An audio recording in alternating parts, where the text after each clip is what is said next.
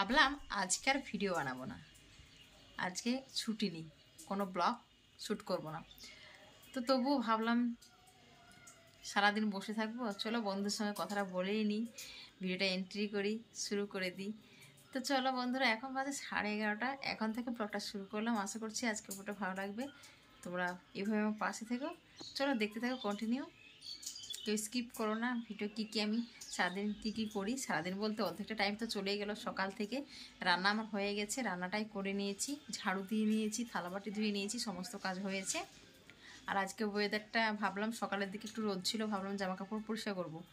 তো এখন বাজে 11:30, তো দেখা যাক। তবু ভাবছি যে কিছু সোয়েটার আছে, হুডি আছে, তো ওগুলো ক্লিন করতে হবে। তো এখন ইজি দরকার, শেষ হয়ে গেছে, তো বর বললো এনে দিচ্ছি।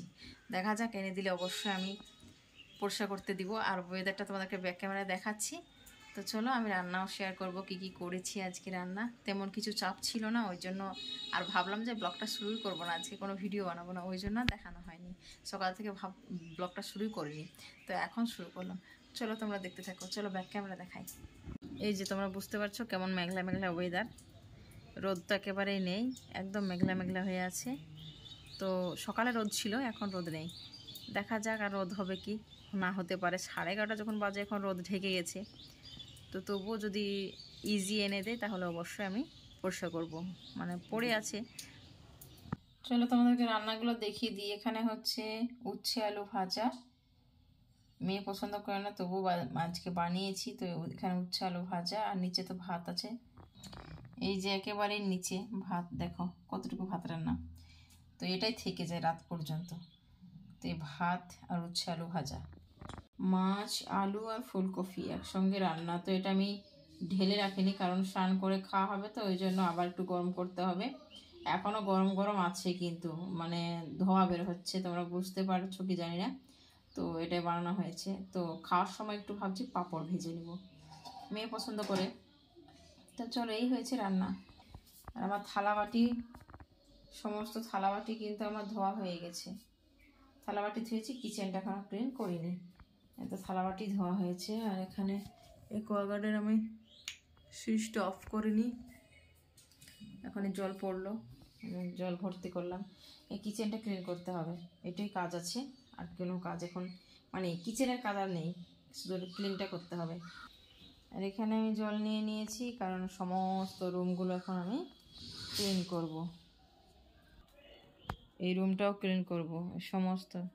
এই বেডশিটটা নতুন, মানে আজকে নেওয়া হলো, কালকে গত রাতে নিয়ে এসেছে, তো আজকে সকালে পেতে দিলাম। কেমন হয়েছে বেডশিটটা তোমরা বলো কমেন্টে। অন্য কালার এনেছিল, মানে একটু সাদা সাদা টাইপের, তো সাদাটা ভালো লাগলো বলতে আমার রুমে হলে ঠিক ছিল, কিন্তু এই রুমটা না সাদা নষ্ট হয়ে যাবে খুব তাড়াতাড়ি, বেশি পরিষ্কার থাকে না। তো এখানে সাদা তো আছেই, মানে সাদা থাকবেই, অন্য কালারের সাথে কম্বিনেশন একটা সাদা থাকবেই। তো যাই হোক, সাদা একটু একটু আছে জায়গায় জায়গায়। তো এটাই বেশ, মানে বিছানাটা আমার বেডশিটটা কেমন হয়েছে তোমরা কমেন্টে অবশ্যই জানিও না। আর এই যে এই কাপড়গুলো ক্লিন করব ভাবছি, তো ইজিটা যদি নিয়ে আসে তাহলে অবশ্যই আমি ক্লিন করব।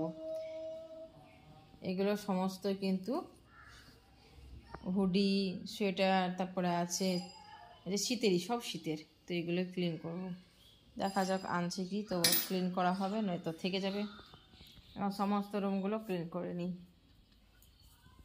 তো বন্ধুরা, ক্লিন করতে শুরু করে দিয়েছি। প্রথমে আমার বেডরুমটা ক্লিন করে নিচ্ছি, আরও সমস্তটাই ক্লিন করতে হবে, ওই জন্য ভাবলাম যে তাড়াতাড়ি ক্লিনগুলো করেই নিই। যখন ক্লিন করতেই হবে তখন কাজগুলো তাড়াতাড়ি সেরে নেওয়া ভালো। মেয়ে বেডের উপরে বসে আছে, ওর কাজ ও করছে, আমি আমার কাজ করছি। তো এখন আর রেগুলার ক্লিন করার জন্য ব্যথাটা বেড়েছে, আর আমার স্পন্ডালাইসিসের জন্য ব্যথাটার চাপটা বেশি হয়, আর যখন ঠান্ডা বেশি পড়ে তখন আরও বেশি ব্যথাটা শুরু হয়। এখন কোনো একটা মানুষ পাবে না যে সে সব দিক থেকে ঠিক আছে, পারফেক্ট, মানে কোনো কিছুতেই তার প্রবলেম হয় না, অসুস্থতা সে সমস্ত দিক থেকে ভালো, অসুস্থ নেই এমন কোনো মানুষ আছে? সব মানুষেরই কিছু না কিছু প্রবলেম, কারো ব্যথা, কোনো রোগ, কিছু না কিছু আছেই। তো এখন ডাইনিংটা ক্লিন করতে আসলাম। আমার রুমটা ক্লিন করা হয়ে গেল, এখন ডাইনিংটা শুরু করেছি ক্লিন করতে।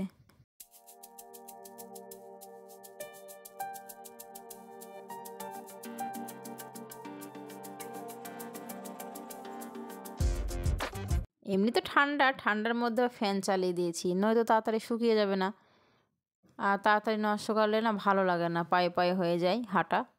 আমার ওইদিকে সমস্ত ক্লিন করা কমপ্লিট, এখন কিচেনটা শুধু ক্লিন করতে হবে, তাহলে আমার ক্লিন করা একেবারে সমস্ত কিছু কমপ্লিট হয়ে যাবে। তো কিচেনটা এখন ক্লিন করে নেব। এই যে সিঁড়িগুলো হয়ে গেছে।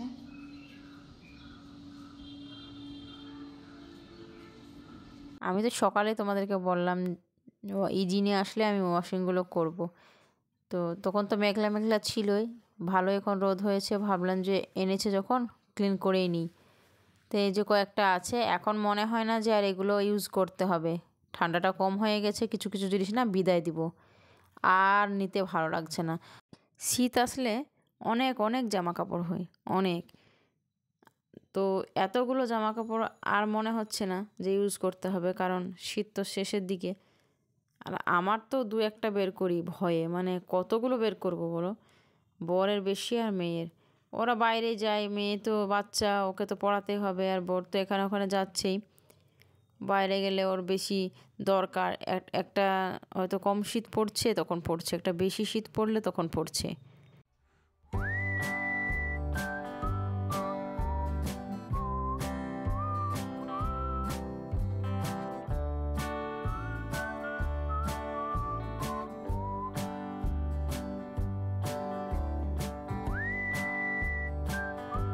তো ভাবছি এবার এগুলোকে বিদায় দেবো।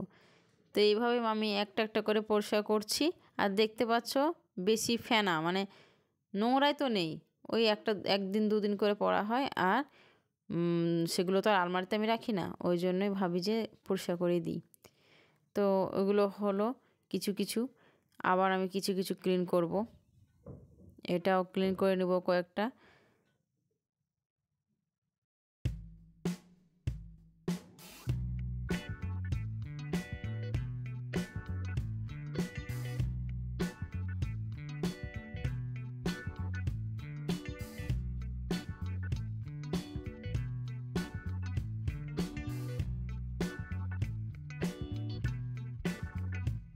এই যে আমার ক্লিন করা সমস্তটাই কমপ্লিট। আমি কিন্তু এখানে অন্য কিছু মেলেছিলাম, মানে পাতলাগুলো হালকা, ওগুলো তাড়াতাড়ি শুকিয়ে যাবে। আর এগুলো ভারী, তো ভাবলাম যে ওগুলো নিচে দিব, আর এগুলো ভারী আছে এগুলো আমি উপরে দিয়ে দিই।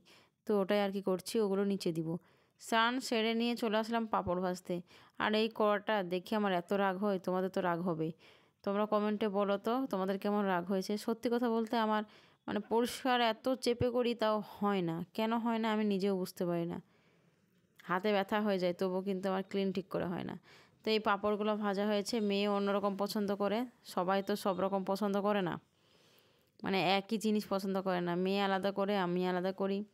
তো অনেক কটাই পাঁপড় ভেজে নিয়েছি। আর প্রতিদিন ব্লগে আমার একটু করে দেখবেই তোমরা যে ফুল আছেই, ফুল গাছগুলো একটু করে তুলে রাখতে আমার ভালোই লাগে।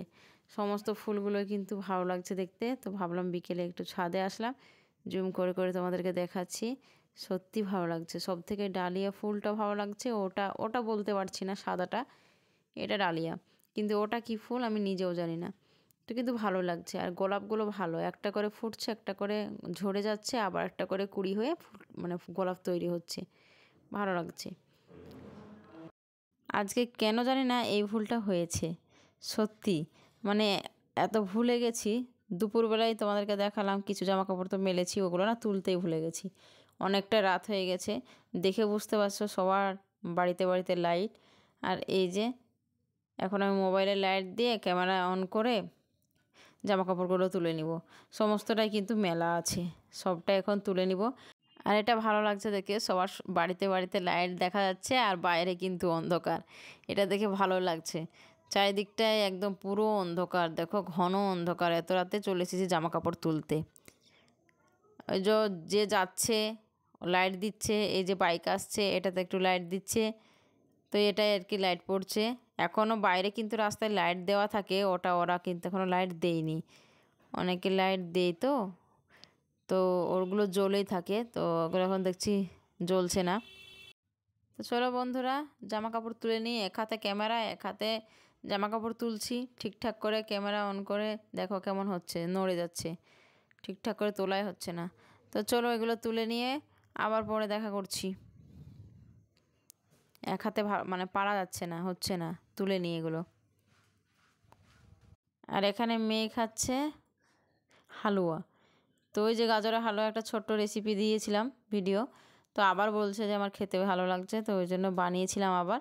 তো সেদিনকে দেখিয়েছি, ওই জন্য আর তোমাদেরকে শেয়ার করিনি। তো ওকে জিজ্ঞাসা করছি কেমন হয়েছে, তো বলছে ভালো হয়েছে। তো বন্ধুরা আজকে এই পর্যন্ত। যারা নতুন আসছো প্লিজ চ্যানেলের পাশে থেকেও সাবস্ক্রাইব করে দেবে, বেল আইকনটা অল করো, যখন আমি ভিডিও দেবে নোটিফিকেশান তোমরা পেয়ে যাবে। লাইকটা দিয়ে দেখো। টাটা, আবার একটা নতুন ভিডিও নিয়ে চলে আসবো। Good night.